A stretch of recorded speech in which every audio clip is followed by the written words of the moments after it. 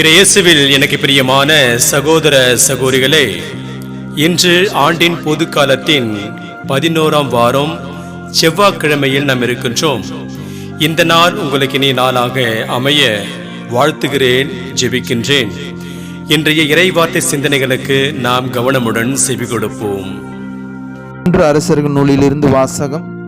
அதிகாரம் 21. இறைவனின் உயிருள்ள வார்த்தைகள் 17 முதல் 29 முடிய. அந்நாட்களில் நாபோத்து இறந்த பின் திஸ்பேயரான எலியாவுக்கு ஆண்டவர் உரைத்த வாக்கு: நீ புறப்பட்டு சமாரியாவிலிருந்து ஆட்சி செய்யும் இஸ்ரேலின் அரசன் ஆகாபை போய் பார். அவன் நாபோத்தின் திராட்சை தோட்டத்தை தன் உடைமையாக்கி கொள்ள அங்கு போயிருக்கிறான். நீ அவனிடம் சொல்ல வேண்டியது: ஆண்டவர் இவ்வாறு கூறுகிறார், நீ கொலை செய்து கொள்ளையடித்திருக்கிறாய் இல்லையா? எனவே நீ அவனிடம் சொல்ல வேண்டியது: ஆண்டவர் இவ்வாறு கூறுகிறார், நாய்கள் நாபோத்தின் இரத்தத்தை நக்கிய அதே இடத்தில் அவை உனது இரத்தத்தையும் நக்கும். அப்போது ஆகாபு எலியாவை நோக்கி, என் எதிரியே, என்னை கண்டுபிடித்து விட்டாயா என்று கேட்டான். அதற்கு அவர், ஆம், நான் கண்டுபிடித்து விட்டேன். ஆண்டவர் பார்வையில் தீயதனப்பட்டதை செய்யும் அளவுக்கு உன்னையே விற்றுவிட்டாய். இதோ நான் உனக்கு தீங்கு வர செய்வேன். உனது வழிமரபை ஒழித்து விடுவேன். உரிமை மக்களாயினும் அடிமைகளாயினும் இஸ்ரேல் ஆண் மக்களை ஆகாபிடமிருந்து வெட்டி எறிவேன். நேபாற்றின் மகன் எரோபாவாமின் குடும்பத்திற்கு செய்தது போல் உன் குடும்பத்திற்கும் செய்வேன். ஏனெனில் நீ இஸ்ரேலை பாவத்திற்கு உள்ளாக்கி எனக்கு பெரும் ஜினம் மூட்டினாய். மேலும் ஈசபேலை குறித்து ஆண்டவர் சொல்வது: இஸ்ரேலின் மதிலருகே நாய்கள் ஈசபேலை தின்னும். ஆகாபை சார்ந்தவர்கள் நகரினுள் மடிந்தால் நாய்களுக்கு இரையாவர், நகர்ப்புறத்தே மடிந்தால் வானத்து பறவைகளுக்கு இரையாவர் என்றார். ஆண்டவர் பார்வையில் தீயதனப்பட்டதை செய்யும் அளவுக்கு தன்னையே விற்றுவிட்ட ஆகாபை போல் கெட்டவன் எவனும் இருந்ததில்லை. ஏனெனில் அவனுடைய மனைவி ஈசபேல் அவனை தூண்டிவிட்டாள். மேலும் இஸ்ரேல் மக்கள் முன்னிலையிலிருந்து ஆண்டவர் விரட்டி எடுத்த எமோரியர் செய்து கொண்ட சிலைகளை எல்லாம் வழிபடும் அளவுக்கு அவன் மிகவும் இழிவாக நடந்து கொண்டான். அச்சொற்களை ஆகாபு கேட்டவுடன் ஆடைகளை கிழித்து கொண்டு வெற்றுடல் மீது சாக்குடை உடுத்தி நோன்பு காத்து சாக்கு துணி மீது படுத்தான். பணிவோடு நடந்து கொண்டான். அப்பொழுது திஸ்பேயரான எலியாவுக்கு ஆண்டவர் உரைத்த வாக்கு: என் திருமுன் ஆகாபு தன்னை தாழ்த்தி கொண்டதை கண்டாயன்றோ? அவன் என் திருமுன் தன்னை தாழ்த்தி கொண்டதால் நான் அவன் வாழ்நாளின் போது தீமை வர செய்யாமல் அவனுடைய மகனது வாழ்நாளின் போது அவனுடைய குடும்பத்தாரின் மேல் தீமை விழ செய்வேன் என்றார். ஆண்டவரின் அருள்வாக்கு. இறைவனுக்கு நன்றி. பதிலுரை பாடல் பல்லவி. கடவுளே, உமது பேரன்பிற்கு ஏற்ப எனக்கு இரங்கும். கடவுளே, உமது பேரன்புக்கு ஏற்ப எனக்கு இரங்கும். உமது அளவற்ற இரக்கத்திற்கு ஏற்ப என் குற்றங்களை துடைத்தருளும். என் தீவினை முற்றிலும் நீங்கும்படி என்னை கழுவியருளும். என் பாவம் அற்று போகும்படி என்னை தூய்மைப்படுத்தியருளும். கடவுளே, உமது பேரன்புக்கு ஏற்ப எனக்கு இரங்கும்.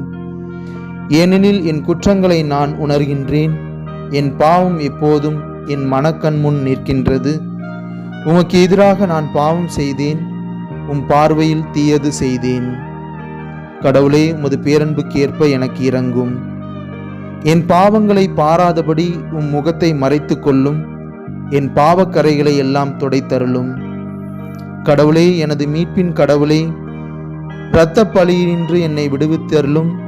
அப்பொழுது என் நா உமது நீதியை முன்னிட்டு பாடும். கடவுளே, உமது பேரன்பிற்கு ஏற்ப எனக்கு இரங்கும். அல்லேலூயா, அல்லேலூயா. புதிய கட்டளையை நான் உங்களுக்கு கொடுக்கிறேன்.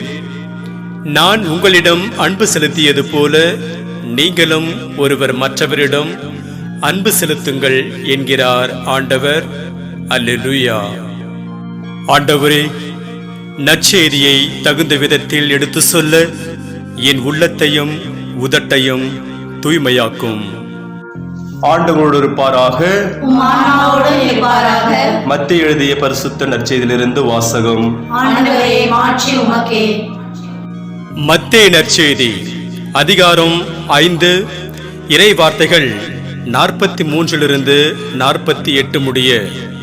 அக்காலத்தில் இயேசு தம் சீடருக்கு கூறியது, உனக்கு அடுத்திருப்பவரிடம் அன்பு கூர்வாயாக, பகைவரிடம் வெறுப்பு கொள்வாயாக என கூறப்பட்டிருப்பதை கேட்டிருக்கிறீர்கள்.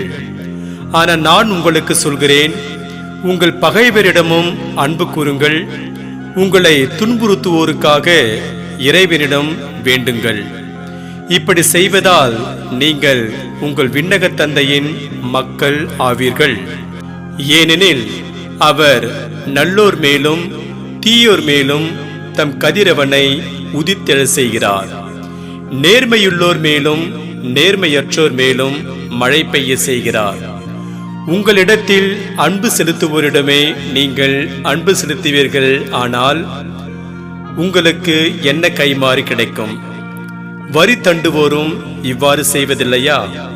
நீங்கள் உங்கள் சகோதர சகோதரிகளுக்கு மட்டும் வாழ்த்து கூறுவீர்களானால் நீங்கள் மற்றவருக்கும் மேலாக செய்து விடுவதென்ன? பிற இனத்தவரும் இவ்வாறு செய்வதில்லையா? ஆதலால் உங்கள் விண்ணக தந்தை நிறைவுள்ளவராய் இருப்பது போல நீங்களும் நிறைவுள்ளவர்களாக இருங்கள். ஆண்டவரின் அருள்வாக்கு. கிறிஸ்துவே உமக்கு புகழ். நற்செய்தி வாக்கினால் என்னுடைய பாவங்கள் அகல்வதாக. ஆமென். உங்கள் பகைவரிடமும் அன்பு கூறுங்கள். இறையேசுவில் எனக்கு பிரியமான சகோதர சகோதரிகளே, அது ஒரு பழமையான பங்கு கோயில். அந்த பங்கில் ஒரு ஞாயிற்றுக்கிழமை திருப்பலியில் மறையுரையின் போது பங்கு குருவானவர் இறை மக்களை பார்த்து, யாருக்கெல்லாம் நிறைய பகைவர்கள் இருக்கிறார்களோ அவர்கள் கைகளை உயர்த்துங்கள் என்றார். இதற்கு பலரும் தங்கள் கைகளை உயர்த்தினார்கள்.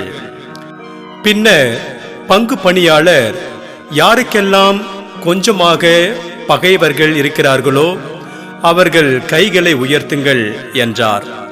அப்போதும் ஒரு சிலர் தங்கள் கைகளை உயர்த்தினார்கள். கடைசியாக பங்கு குருவானவர் அவரிடம், யாருக்கெல்லாம் பகைவர்களே கிடையாதோ அவர்கள் கைகளை உயர்த்துங்கள் என்றார்.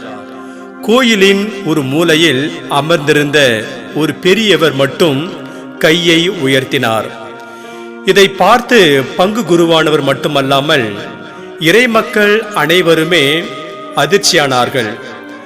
பங்கு குருவானவர் அந்த முதியவரை அழைத்து, இவர்தான் உண்மையான கிறிஸ்தவர், இவரைப் போல நாம் ஒவ்வொருவரும் வாழ வேண்டும் என்று அவரை பாராட்டினார். பிறகு பங்கு குருவானவர் அவரிடம், ஐயா, உண்மையில் உங்களுக்கு பகைவர்களே கிடையாதா என்று கேட்டதற்கு அவர், ஆமாம் என்று சொல்லிவிட்டு, ஏனெனில் என்னுடைய பகைவர்கள் அனைவருமே ஏற்கனவே இறந்து விட்டார்கள் என்றார்.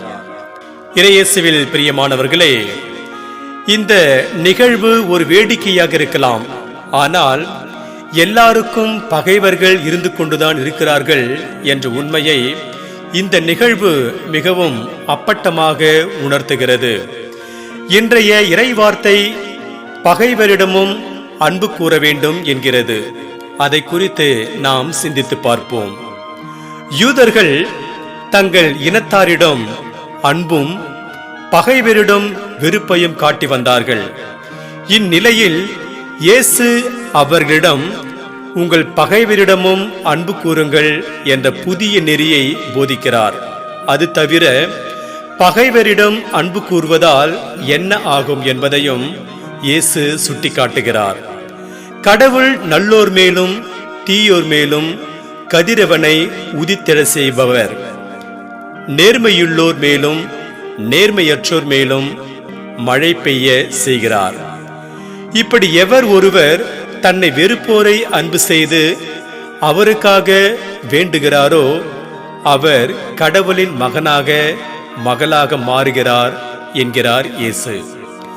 முதல் வாசகத்தில் நாப்போத்தின் திராட்சை தோட்டத்தை அபகரித்து அவரையும் அவரது பிள்ளையும் கொன்று போட்ட ஆகாபு மன்னன் மீது கடவுள் இறைவாக்கினர் எலியா வழியாக அவனும் நாப்போத் இறந்த இடத்தில் இறப்பான் என்கிறார்.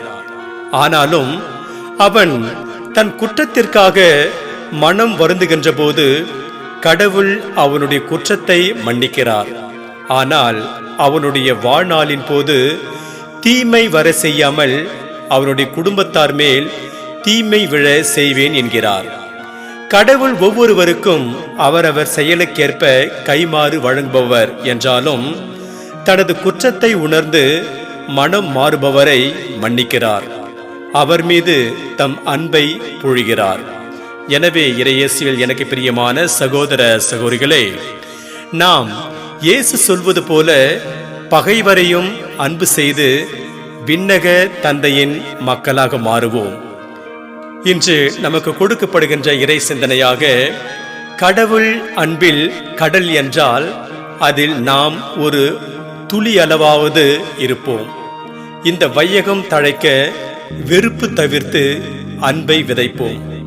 கடவுளின் மக்கள் அவரை பிரதிபலிப்பதே முறை.